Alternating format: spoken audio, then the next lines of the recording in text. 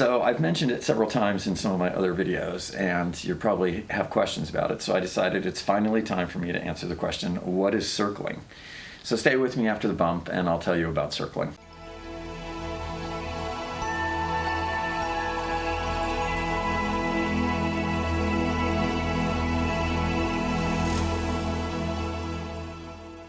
Hi, I'm Chris, your host here at Pleasurable Living. Today I'm going to talk about a technique or process that I really like called circling. So today I want to talk about circling. I think circling is an absolutely amazing technique. I really love circling, and right now I'm in the middle of a nearly year-long training program to learn how to become a circling facilitator. I'm in the Circling Institute's Art of Circling Practitioner program, and I'll provide an affiliate link to that in the description if you want to find out more about it. It's the second time I've done this program because I think it's really amazing, and it's been several years, and I wanted to brush up my skills and see if I could improve and get even better at it. So circling is a relational yoga, and I was so blown away by this. I want to tell you a little bit about how I got into it. If you want to try it without doing the full training, there is a Thursday night drop-in event, at least at the time of this recording. And I encourage you to check that out and try it. And I went to that event a couple of times and was kind of impressed at the kind of things that happened for me. Because as you'll see, and I'll talk about it more as we go, circling can be transformational. And I found it was doing a lot of things for me that I really liked, just on a couple of Thursdays. So then I decided to do one of the standalone weekend experiences. There are 2 weekends that are prerequisites to the full year-long training program. And one's called Explorer and one's called Sovereign. And I took the Sovereign weekend.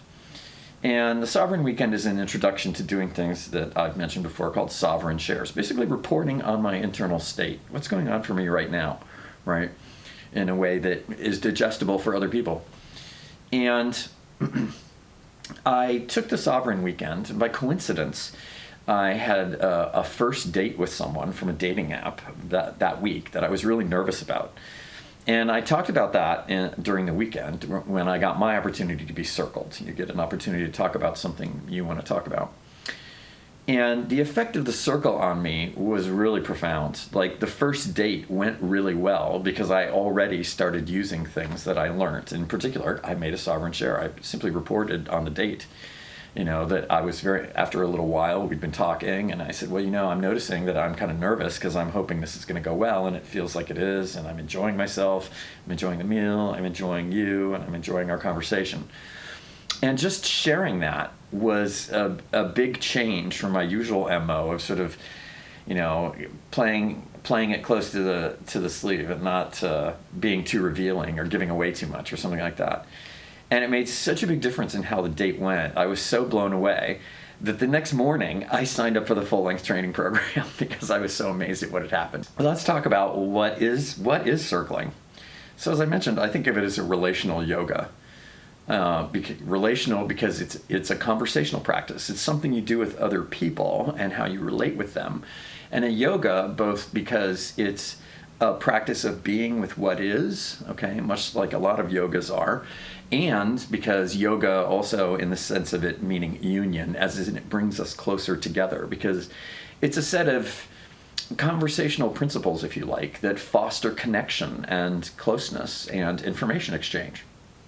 One of the goals of circling is to be able to explore someone's world, right? So what it looks like is there's a group of 4 to 6 people. One of them agrees to be circled. They're going to be the center of attention, and they're sometimes referred to as the circlee, right? And one of them is going to be the facilitator or the circler, right? And the other participants are members of the circle.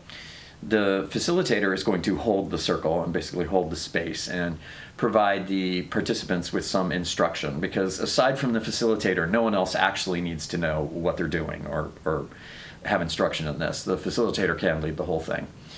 And one of the guidelines is that the participants in the circle are not there to fix, suggest, advise, analyze, compare, or any of those things with the circlee, right?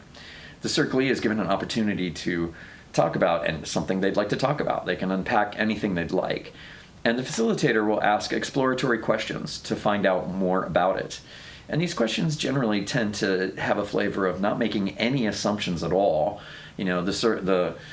I remember one circle where, for example, the circlee said, well, if I did this thing, there would be consequences. And that could be loaded with meaning depending on its interpretation. And so the facilitator asks, so are consequences bad? Because it wasn't clear from what was said. It sounded like it, but wanted to check that out, right?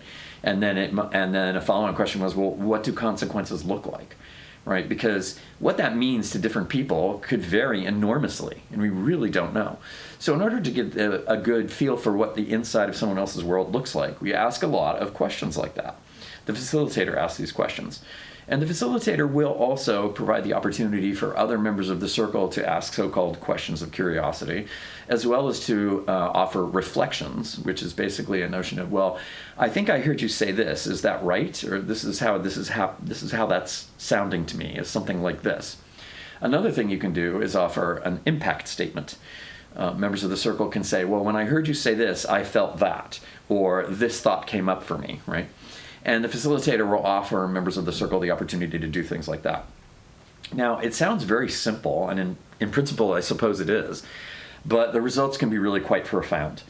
What's interesting, my experience of it being circled, is that once I relax into the held space, I notice there's a tremendous feeling of safety, which makes it possible to share all kinds of things, because I know that I'm not going to be judged, compared, analyzed, or have suggestions, or no one's going to try and fix me or anything like that. So it's a safe space to talk about anything I want to. And the way things get explored, these reflections and impact statements that are offered by members of the circle, I find sometimes will help me see things in ways that I hadn't seen them before. Because everyone's got their own unique point of view, right? Because of their different backgrounds and the way, they've gotten to where they are right now. So they're going to have a different reaction. They're all going to have different reactions to things that, I, the circlee, might be talking about, and offer different perspectives on how it's affecting them or what it brings up for them. And I find sometimes that it can be quite surprising how this can bring up things that I didn't think of, or ways of looking at things that I hadn't thought of, and so on. And the facilitator will guide this process so that, again, it stays a safe space, but I can take things in like that, and I can open up to whatever I want to. Now, I've found myself, I tend to use circling as a form of deep inquiry. I usually, when I volunteer to be circled, have either something that I'm working on in the sense of shadow work, or something that's bothering me, a recent interaction with someone I'm not satisfied with, something I'm not happy about in my life, and I will talk about that. And I find that it can act, for me at least, it's like group therapy on steroids, right? And I get tremendous value out of it. I found it transformative. In some cases, I've had overnight shifts and changes over things that were bothering me, or attitudes or problems that I was having.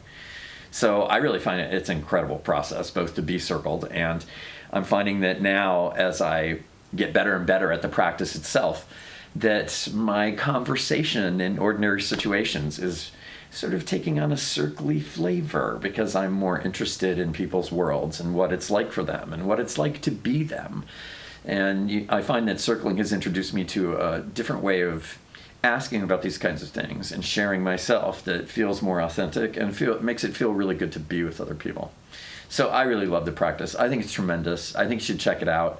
I'll continue to mention it in other videos I'll make, where I'll talk about things that have shifted because of being circled. I did make a video already where I talked about how I discovered my barrier to sending food back in restaurants. I discovered that through circling and got over it, and basically it's no longer an issue, right?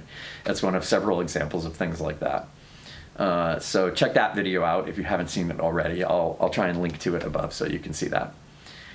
So that's circling. As I said, I'm in a year-long training right now. I think it's really exciting to do. I wish more people would do it.